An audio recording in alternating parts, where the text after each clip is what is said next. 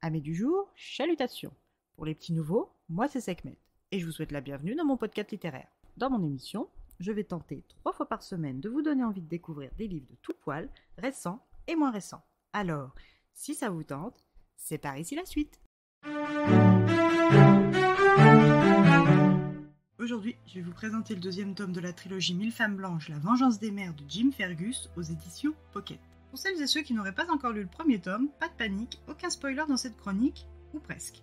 Nous retrouvons donc dans son second volume les deux jumelles Kelly, Margaret et Suzanne, toutes deux recrutées dans la prison de Chicago où elles purgeaient une peine pour vol qualifié et prostitution. Ayant très peu reçu d'instructions, seule Margaret sait écrire, et ce sont ses carnets qui constituent en partie ce tome. Encore une fois, c'est le descendant de May Dodd, J. William Dodd, 3e du nom, qui publie les carnets de voyage de cette expédition hors norme dans son magazine Chic Town.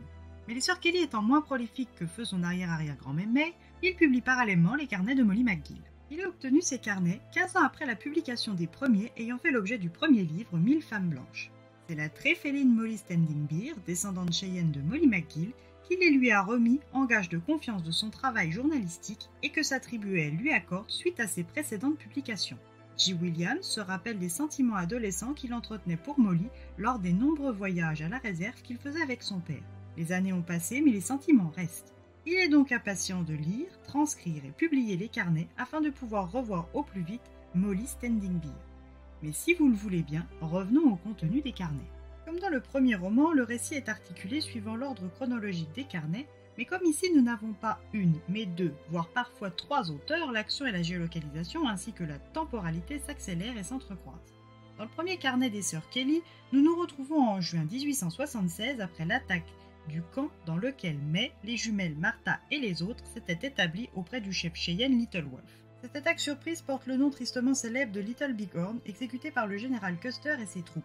Pour les féeries d'histoire, a fortiori d'histoire américaine, vous savez déjà sans spoiler quel massacre cela a été. Pour les autres, la lecture du roman précédent et celui-ci vous éclairera entièrement sur l'horreur des choses. Du côté de Molly McGill, son premier carnet nous apprend qui elle est et d'où elle vient. Recrutée par le gouvernement pour la 2e promotion de la mission Femmes blanches pour Indiens. Pour rappel, le gouvernement américain avait un accord avec les chefs indiens de l'Ouest stipulant qu'en plus des terres et de la paix, 1000 femmes blanches leur seraient apportées dans le but de créer des générations métisses. Molly McGill fait donc partie de l'aventure et quitte sans regret aucun sa cellule de la prison de Sing Sing.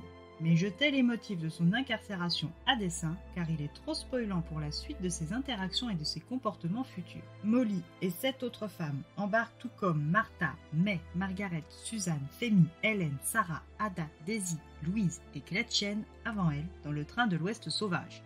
À peine partis, déjà arrêtés par une attaque d'Indiens Lakota. Cette attaque va transformer leur voyage déjà périlleux en une aventure carrément dangereuse. Elles pensaient devoir survivre 2 ans comme offrande au peuple indien, mais ont-elles seulement 2 ans devant elles? Vont-elles atteindre leur destination initiale alors même que la tribu de Little Wolf et de May a subi de très lourdes pertes? Rencontreront-elles leurs prédécesseurs au complet? Une histoire de colère, de guerre et de vengeance qui mérite toute votre attention. Tout comme le roman 1000 femmes blanches avant lui, ce roman est un vrai bonbon littéraire à mon humble avis. Jim Fergus nous donne matière à réflexion, et on a souvent du mal à oublier que c'est un roman, donc une fiction, tant cela sonne authentique. La force des descriptions, des sentiments et des ressentiments donne du corps et de la profondeur à l'histoire. Le fond de vérité sur lequel repose le roman, comme la bataille de Little Bighorn ou les traitements faits aux autochtones indiens, accentue encore et toujours le sentiment de véracité. Une lecture coup de cœur que je vous encourage vivement à découvrir.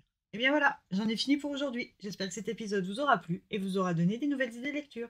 Si vous souhaitez découvrir d'autres petits bonbons littéraires tout droit sortis de ma bibliothèque, je vous retrouve samedi 15 octobre prochain pour un nouvel épisode. Et si d'ici là, je vous manque de trop, n'hésitez pas à me rejoindre sur mon compte Instagram, @leslecturesdesekhmet.